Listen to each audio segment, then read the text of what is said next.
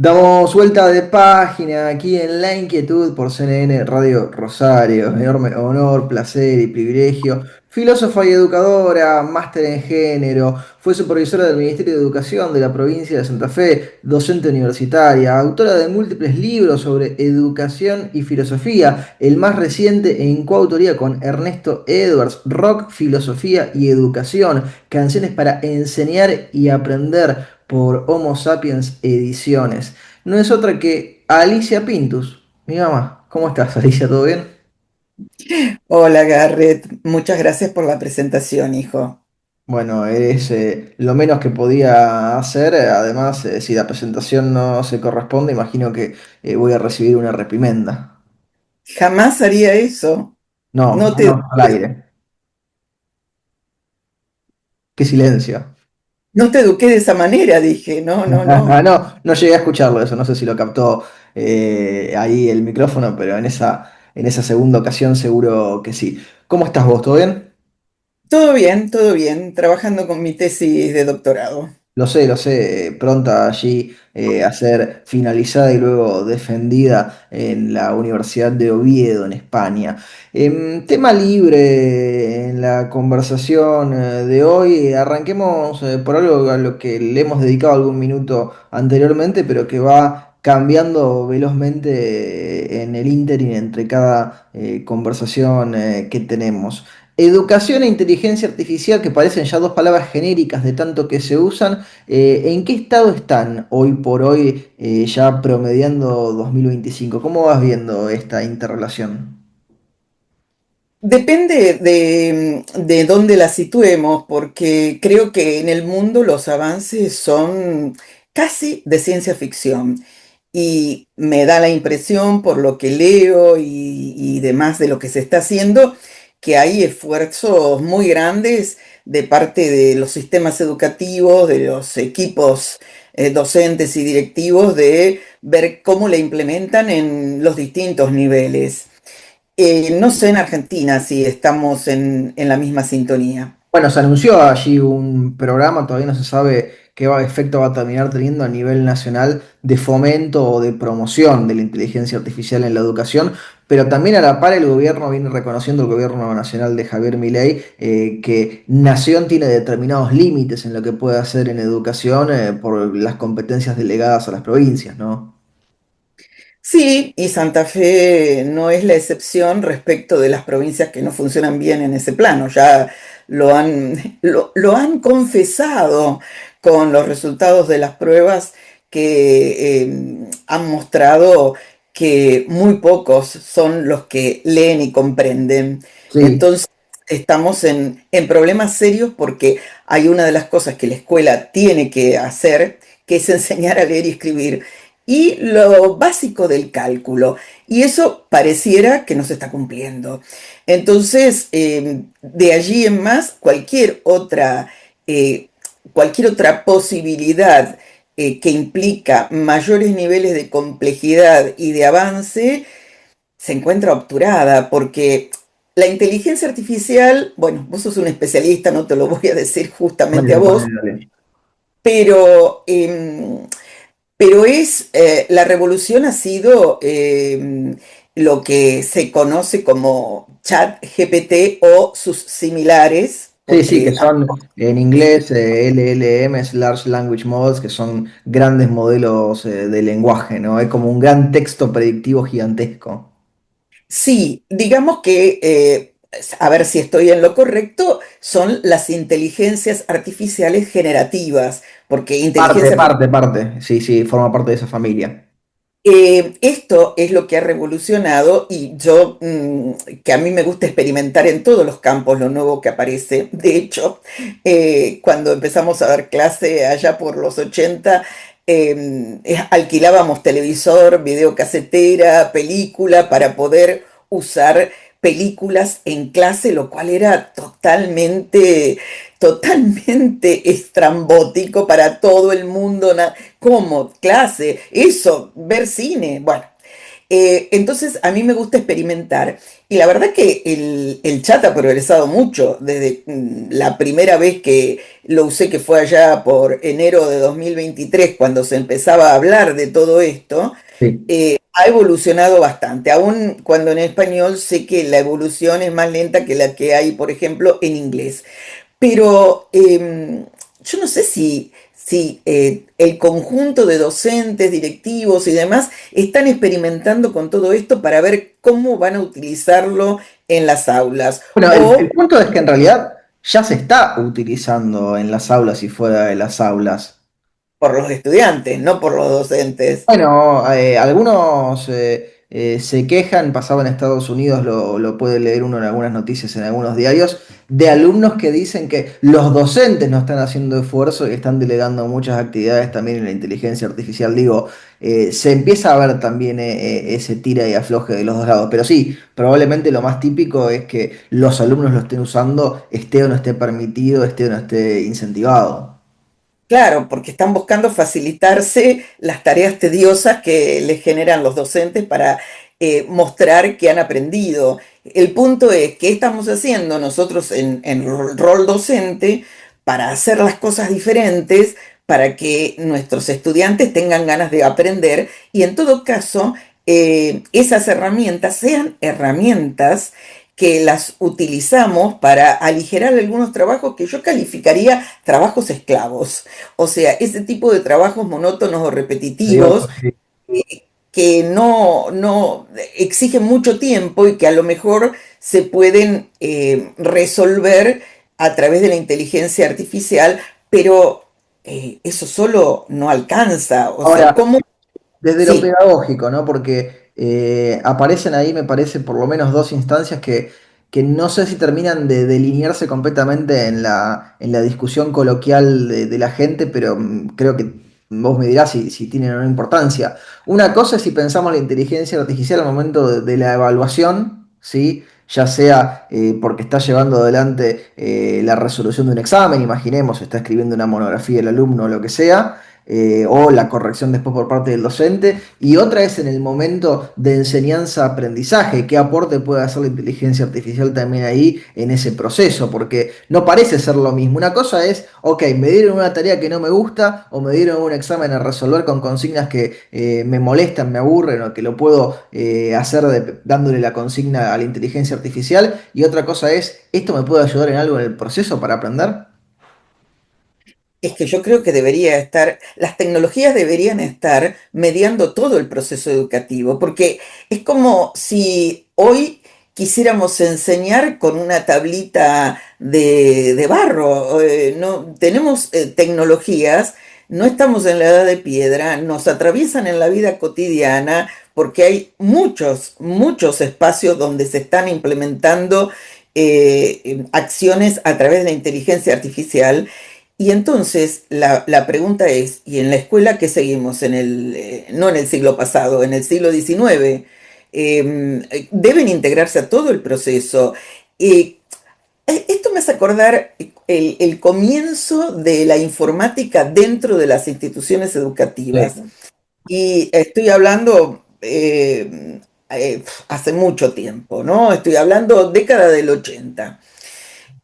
La gran cuestión era, parecía, que todo el mundo tenía que aprender en la escuela cuando tenía un taller de informática, porque eso le daba como un brillo, sobre todo las escuelas de gestión privada que tenían que ofrecer un plus, tenían que aprender a programar.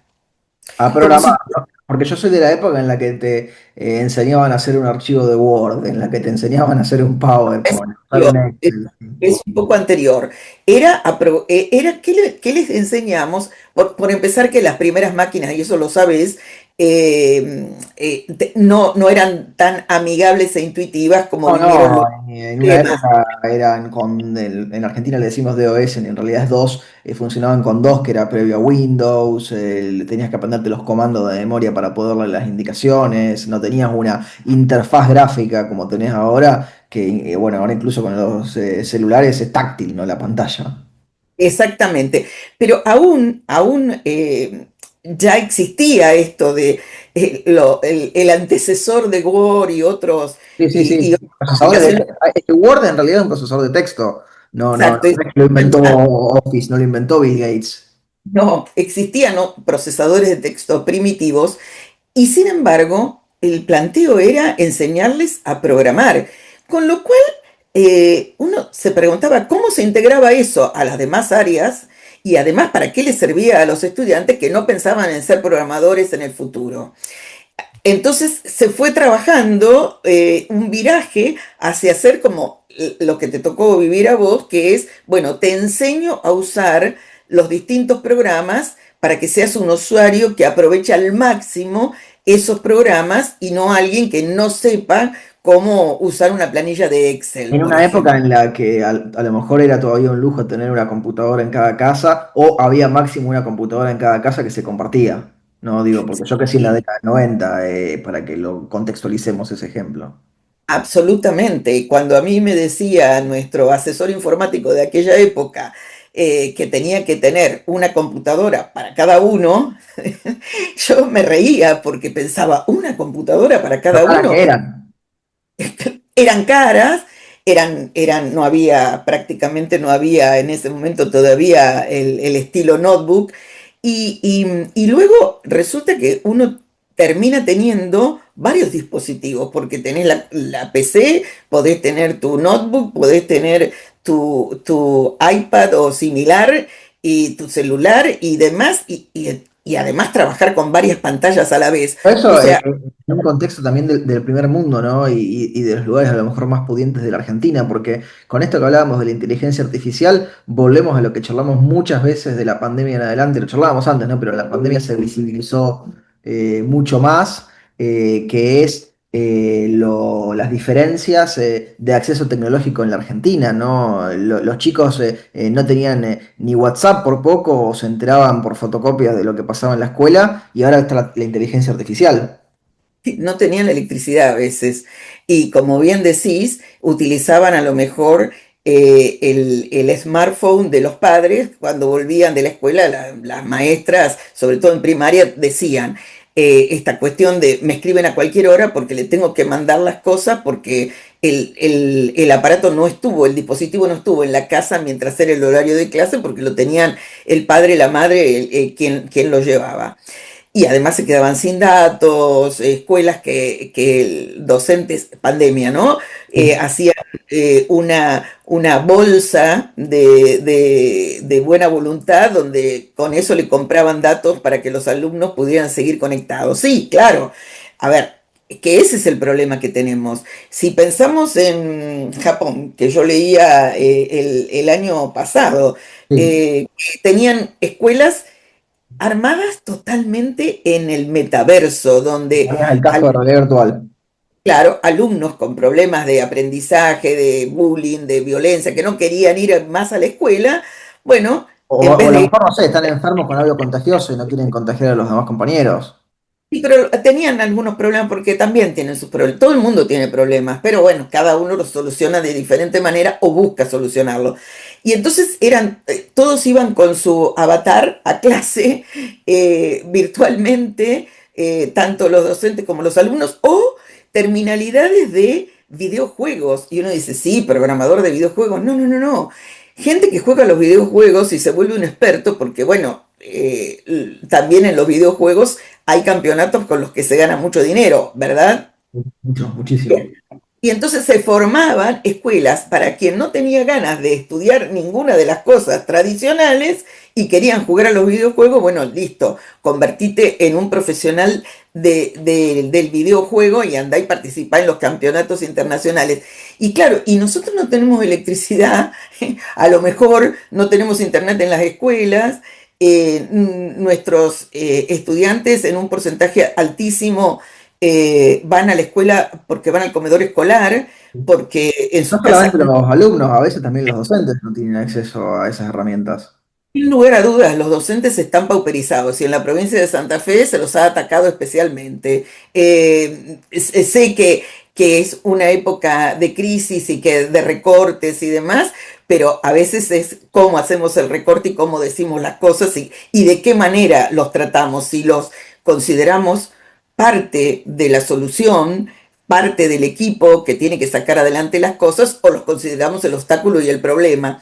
Y pareciera por los modos y los decires y demás que son el problema que habría que erradicar. En una de esas se les ocurre y va todo por inteligencia artificial y eliminan a los docentes. Que no me escuchen porque por ahí esas ideas se les ocurren. Pero digo, frente a situaciones de pauperización fuertes, con porcentajes muy altos que difícilmente el Estado puede salir a compensar, y claro, algunas de estas cosas son de ciencia ficción, de fantasciencia, diría directamente.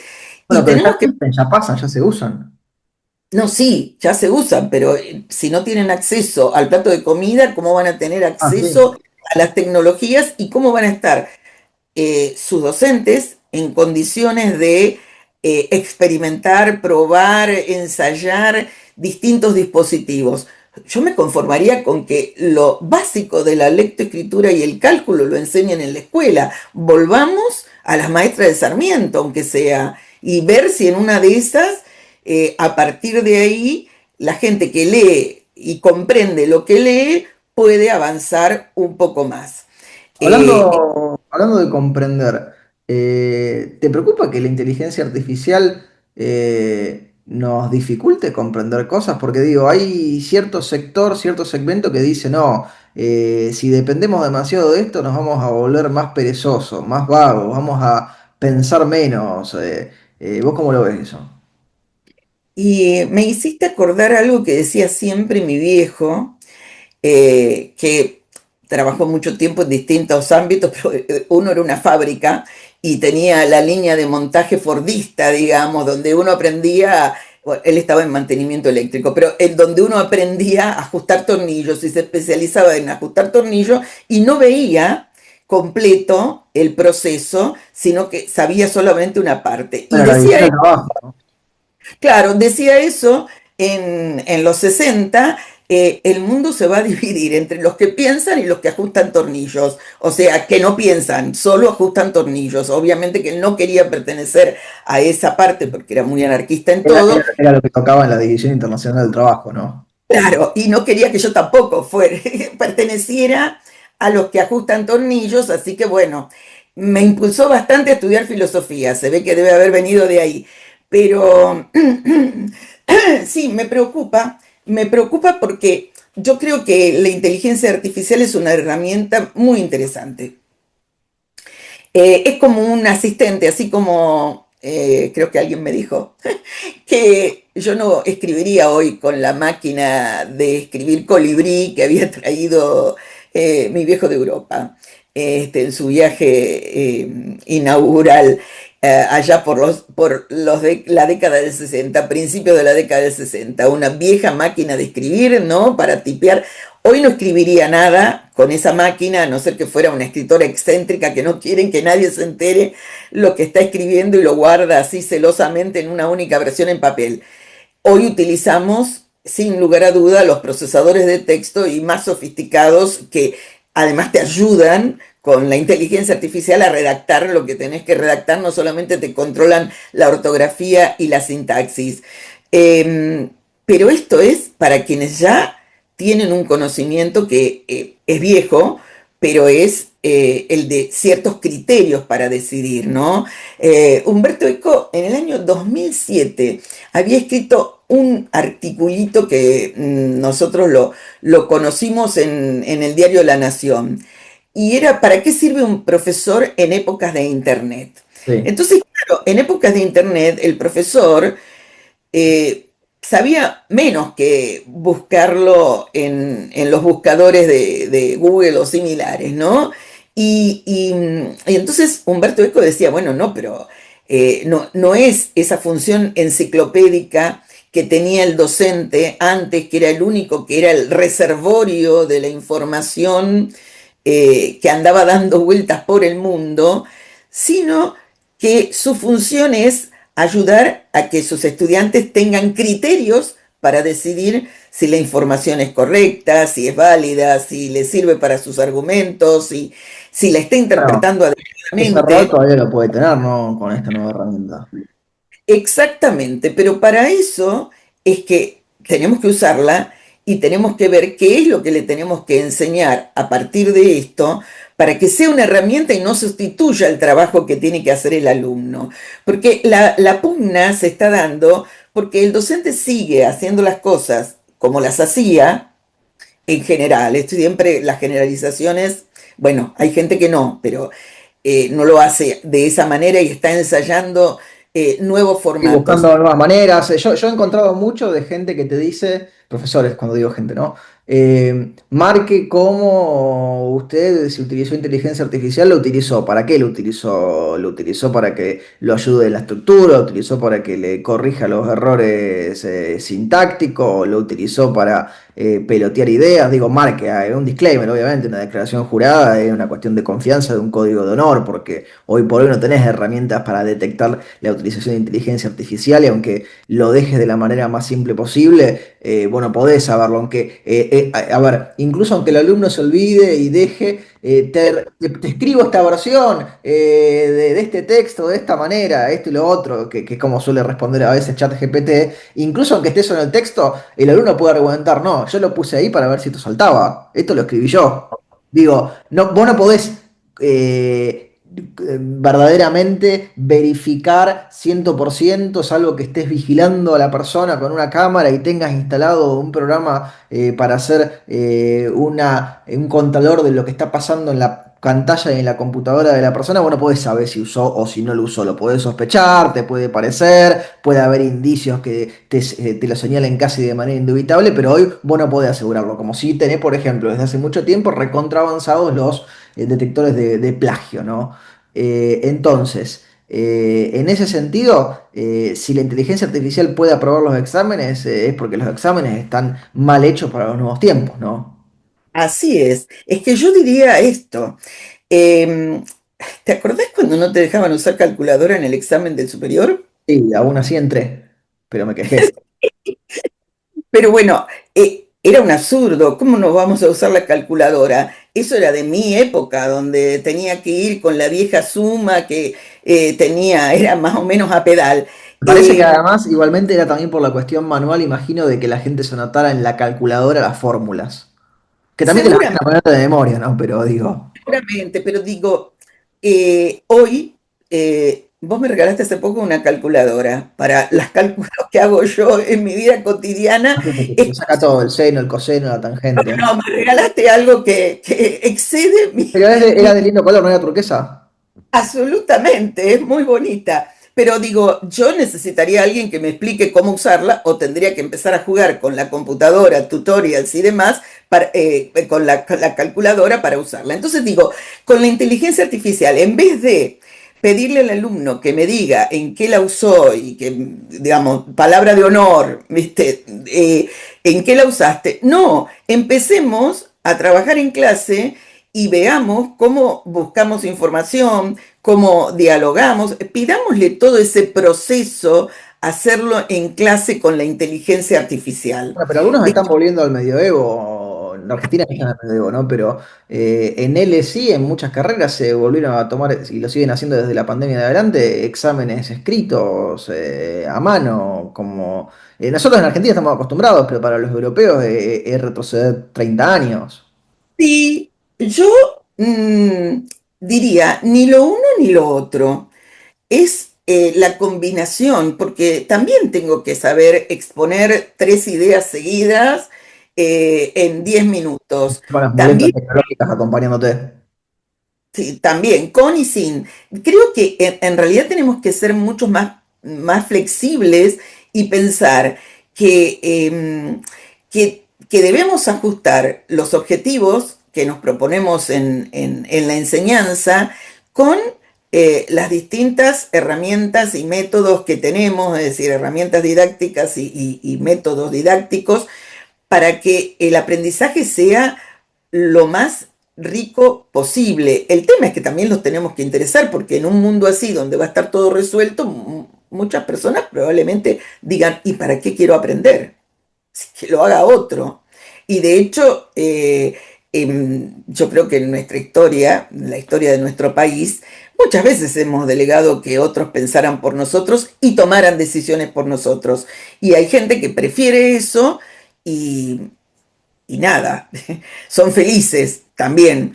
Digo, es todo un tema sumamente complejo, pero creo que como docentes no solo somos transmisores de un legado cultural, que lo somos, sino que tenemos una función de preparación para el futuro. Y en esa preparación para el futuro, que es cada vez más incierto, se supone que a nosotros como educadores nos toca ir a la vanguardia, que a nosotros como educadores nos corresponde hacer ese trabajo que es adelantarnos.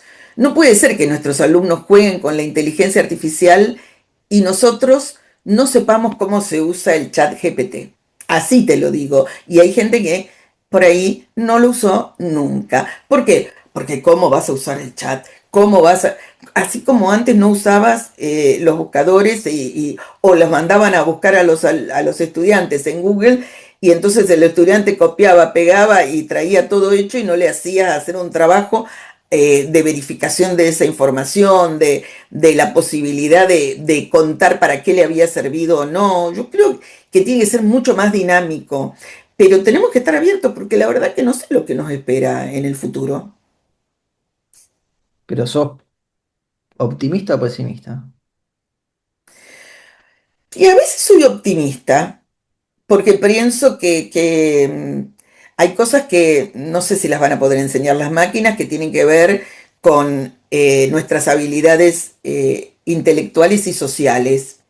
Pero aún así, eh, tengo que ser realista. Argentina derrapa en educación, sigue derrapando. ¿Y entonces qué vamos a hacer? Dejarnos de perder tiempo, dejarnos de las cuestiones que muchas veces suceden, de luchas intestinas y ponernos en serio a pensar que quienes han avanzado es porque le han dedicado a la educación un lugar de privilegio. La han considerado una inversión y no un gasto. Y en ese sentido, para que sea una inversión, si quienes son los que trabajan para ese sistema no los haces formar parte de ese proceso, los tenés en contra. Abiertamente, silenciosamente, hagan una retención de su crédito laboral mediante una medida de fuerza o vayan todos los días peinados y prolijos a clase. A ver, como supervisora de tantos años, el rol de fiscalización siempre me pareció espantoso, pero bueno, había que cumplirlo. Y Sí. era parte, ¿no? Las tareas tenían que ver con diligenciar trámites, con asesorar y fortalecer a las instituciones y por supuesto con controlar, porque era un agente de aplicación y control de la norma. Sin embargo, durante todos esos años lo que yo trabajé con los directivos, que eran mis interlocutores válidos en el trabajo, era una relación de confianza que permitiera encontrar soluciones a los problemas, a los planteos y a las necesidades, más que ir a buscar la quinta pata al gato en los libros que no estaban al día. Entonces, creo que tenemos que cambiar nuestra mirada y pensar, ¿el otro es el enemigo? Porque bien podés pensar, aquel que te quiere timar, que te quiere estafar, que te quiere mentir, es el enemigo, ¿no? Así parecen verlo algunos organismos de control que tenemos. Y la otra es, si vos tenés una relación personal con quienes tenés que controlar, bueno, la tenés que construir para que justamente el control pase por un proceso de autocontrol y el pedido de ayuda cuando las reglamentaciones te impiden hacer cosas que son valiosas o querés hacer algo diferente y no encontrás cómo encuadrarlo. Y la verdad que sí, tuve situaciones de control de expedientes de más de 500 folios de mi informe y también tuve resolver muchas situaciones que durante años no se habían resuelto porque no se habían animado a plantearlas y las tenían ocultas bajo la alfombra hasta que la alfombra era una montaña. Entonces, yo creo que en todas las relaciones debemos pensar si trabajamos desde la cooperación o trabajamos desde la presunción de que el otro va a hacer las cosas mal, las está haciendo mal, no sirve. En ese sentido tengo una visión rusoniana y esperanzadora, con un toque de realismo, o sea, no es que cierro los ojos y se brinda la confianza, sino que es un proceso que se construye, pero sí, eh, no sé, ¿será que tenemos que hacerlo entre todos? Puede ser. Ya lleva varios meses girando desde su publicación, lo decía al comienzo de la entrevista, el más reciente libro que publicaras con Ernesto Edwards, mi padre. Rock, filosofía y educación, canciones para enseñar y aprender. ¿Qué nos podés decir después de estos meses que ya el libro está dando vueltas entre las manos de los lectores y que entiendo además quizá próximamente haya novedades de su llegada a España? Creo que ha tenido una buena repercusión porque las actualizaciones que hay allí sobre rock son muy grandes respecto de su pariente lejano, que era nuestro primer rock y escuela. Y además el formato tiene mucho más elementos para que se puedan utilizar en el aula, más allá de las personas que les gusta el rock o no les gusta el rock, pero quieren saber qué música pueden escuchar para ver si la pueden utilizar para sus clases, para que sean un poco más dinámicas y atractivas. Y sí, he recibido comentarios, hemos recibido con Ernesto comentarios acerca de quienes están empezando a planificar sus clases con el libro. También nos han llegado eh, pedidos de entrevistas y demás vinculadas con el tema y el libro. Y estamos aquí en España en conversaciones para ver si lo podemos traer, presentar, difundir, porque también hay una parte muy importante del rock en español con Claro. rockers de España que nos gustan, además de que tienen letras profundas que dan para una reflexión filosófica, psicológica, antropológica y sociológica. Es decir, hay una diversidad de elementos extraestéticos que podemos encontrar en el rock que lo convierte verdaderamente en un objeto cultural pasible de estos análisis y que permite además disfrutar, porque bueno, el arte también tiene que ser un poco de disfrute, un poco de placer, no solamente pensarlo como un instrumento de conocimiento, que lo es, pero es importante hacer lo que diría Humberto Eco, hacer de la música un objeto de audición consciente, es decir, sentarse y escuchar y disfrutar, no solamente ponerla de fondo cuando uno está haciendo otra actividad como para que nos entretenga, que la podemos usar así, pero está bueno pensar a partir de las letras. Alicia, muchas gracias por el tiempo que me has prestado hoy a mí y a mi audiencia. Te agradezco muchísimo y te mando un beso grande. Bueno, gracias a vos por la entrevista. Un beso enorme. La teníamos a Alicia Pintus aquí en La Inquietud por CNN Radio Rosario.